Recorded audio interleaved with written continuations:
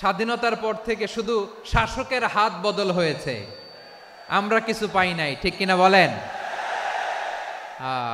শুধু ওনাদের দোষ দিয়ে কি লাভ? একদল খাইছে, আরেক দল খাওয়ার জন্য রেডি হয়ে আছে।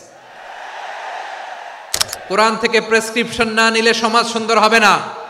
কোরআনের প্রেসক্রিপশন না মানলে রাষ্ট্র সুন্দর হবে না। কোরআনের প্রেসক্রিপশন অ্যাপ্লাই না করলে শুধু দুর্নীতি দমন কমিশন দিয়ে দুর্নীতি বন্ধ করা যাবে না। এজন্য কোরআনের আইন আমরা চাই কি চাই না?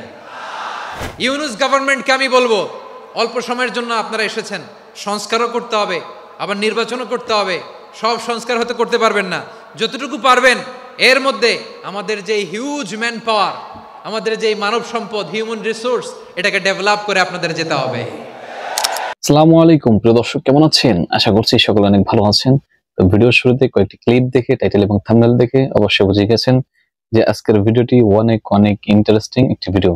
যে আমাদের ডক্টর মিজানুর রহমান আজহারী সকল নেতাকর্মীদের, বিএনপি, জামাত সকলকে উদ্দেশ্য করে যে বার্তাটি দিলেন, অবশ্যই আজকের ভিডিওটি আমাদের শুরু থেকে শেষ পর্যন্ত দেখা উচিত। তো ভিডিওটি শুরু করার আগে আপনাদের কাছে একটি রিকোয়েস্ট, ভিডিওটি যদি ভালো লাগে একটি লাইক দেবেন, কমেন্ট করে জানিয়ে যাবেন যে ভিডিওটি কেমন হয়েছে।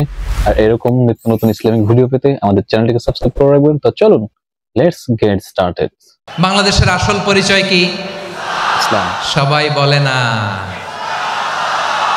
বাংলাদেশের আসল পরিচয় কি? এই ইসলাম দিয়ে আমরা সংসদ ভবন সাজাবো, রাজি আছি না নাই? ইনশাআল্লাহ। শেকড় ভুলে যাওয়া যাবে না। আমরা ধাপে ধাপে শারিয়া আইনের দিকে যাব ইনশাআল্লাহ। ইনশাআল্লাহ। কিন্তু জঙ্গিবাদ দিয়ে নয়, কট্টরপন্থা দিয়ে নয়। আমরা ইন্টেলেকচুয়ালি, গ্রাজুয়ালি, ধাপে ধাপে শারিয়া আইনের দিকে মুভ করব ইনশাআল্লাহ। বলো ইনশাআল্লাহ। লিল্লাহি তাকবীর। এদেশের আসল পরিচয় ইসলাম। সবাই বলে না, আওয়াজ করে, এদেশের আসল পরিচয়।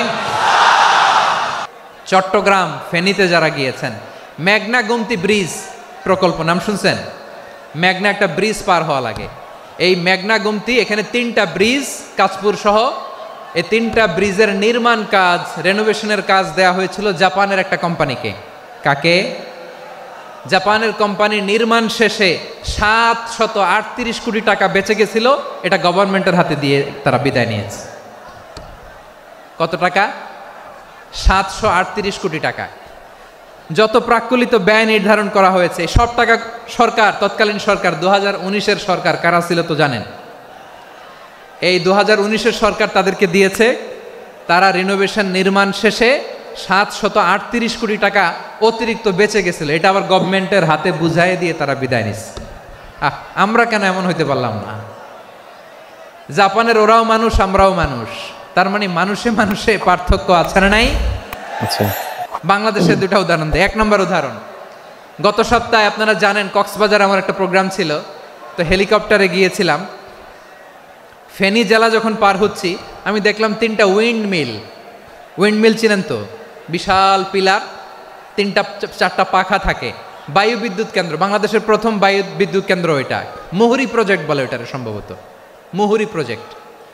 তো সাগরের বাতাসের ঝাপটায় এটা ঘুরে এনার্জি হয়, ইলেকট্রিসিটি উৎপাদন হয়। তো আমি পাইলটকে বললাম, ভাই এগুলো থেকে কেমন ইলেকট্রিসিটি উৎপাদন হয়? কয়, হুজুর একটুও হয় না, কিছুই হয় না। কিছুই হয় না মানে? বলে, হুজুর বাংলাদেশে যত উইন্ডমিল আছে এটার পাখা একটাও ঘুরে না। আল্লাহ, বলেন কি? তাহলে এই যে কোটি কোটি টাকা ব্যয় করে যে উইন্ডমিল, কয় হুজুর ভিতরে ফিটফাট, উপরে ফিটফাট, ভিতরে সদরঘাট। তার মানে কোটি কোটি টাকা দিয়ে এই উইন্ডমিল বানায়, এখানে কিছু নাই। দুর্নীতির আড্ডাখানা, আখড়াখানা বাংলাদেশ, ঠিক কিনা বলেন? আয় রে, জাপানিজরাও মানুষ, আমরাও মানুষ। আমার এক নিকটাত্মীয় সরকারি চাকরিজীবী, উনি আমাকে বললেন, বাংলাদেশের আরেকটা উদাহরণ দেই। উনি আমাকে বললেন যে প্রতি বছর আমাদের অফিসের ফার্নিচার চেঞ্জ করে। আমি বললাম, প্রতি বছর ফার্নিচার চেঞ্জ করে কেন? বলে যে ফার্নিচার নতুন পারচেজ করলেই তো এখানে টাকা, নতুন কিনতে পারলেই টাকা, নতুন উন্নয়নের সবক শোনাতে পারলেই টাকা। প্রথম আলোর রিপোর্ট, কি আলো?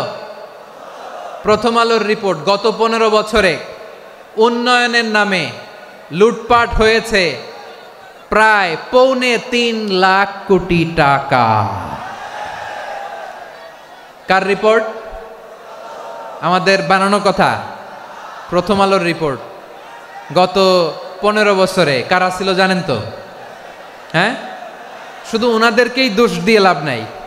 স্বাধীনতার পর থেকে শুধু শাসকের হাত বদল হয়েছে, আমরা কিছু পাই নাই, ঠিক কিনা বলেন? শুধু ওনাদের দোষ দিয়ে কি লাভ? একদল খাইছে, আরেক দল খাওয়ার জন্য রেডি হয়ে আছে। আমরা এরকম চাই না, জনগণকে ফুটপাতে বসাই দিস। প্রিয় ভাইয়েরা, তাহলে জাপানের মানুষও মানুষ, আমরাও মানুষ। সিদ্ধান্ত আপনার, কোন মানুষ হবেন, ভালো মানুষ না খারাপ মানুষ? আজকের আলোচনার বিষয় হচ্ছে মানব সম্পদের উন্নয়ন, হিউম্যান রিসোর্স ডেভেলপমেন্ট।